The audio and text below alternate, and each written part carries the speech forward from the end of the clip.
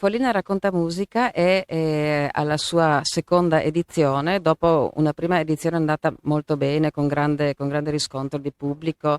e grande soddisfazione sia di artisti insomma, che di collaboratori, c'è praticamente una fucina di lavoro artistico che coinvolge non solo chi esegue, ma anche chi organizza, chi sostiene, chi ascolta e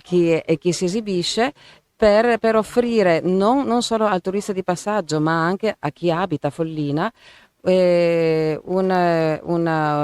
gamma di vari generi musicali e letterari, sempre diversi. Si spazierà dal Medioevo al jazz anche quest'anno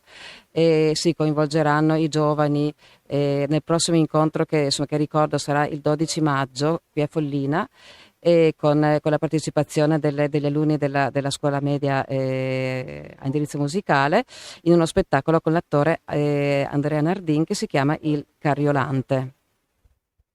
Appunto, è un coinvolgimento anche di svariati artisti. Assolutamente, questo è il progetto di FRM, Follina racconta musica, che è proprio quello di dar voce a chi forse voce non ce l'ha o forse è rinchiuso dentro al suo lavoro e non si espone. Noi abbiamo chiesto ripetutamente a professionisti o anche a non professionisti, a musicisti, narratori, attori, proprio di poter intervenire e di dare un loro contributo. E lo facciamo anche rispetto anche ai giovani che vogliono fare delle esperienze di questo tipo, ecco perché abbiamo prodotto proprio per la prossima rassegna alcuni laboratori proprio di costruzione narrativa e drammaturgica.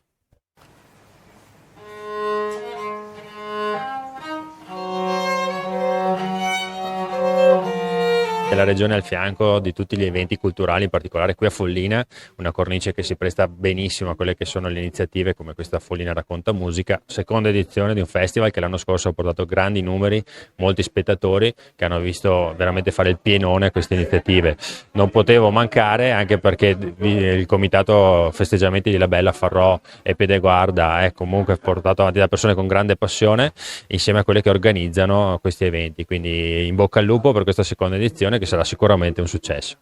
E sia Puccio ben seriamente detto: credete voi davvero che vi siano uomini nella luna? Quest'anno devo ringraziare Follina racconta musica, l'amministrazione comunale, che ha chiesto al comitato ufficialmente di Farò La Bella Pedeguarda di organizzare la seconda edizione di Follina racconta musica.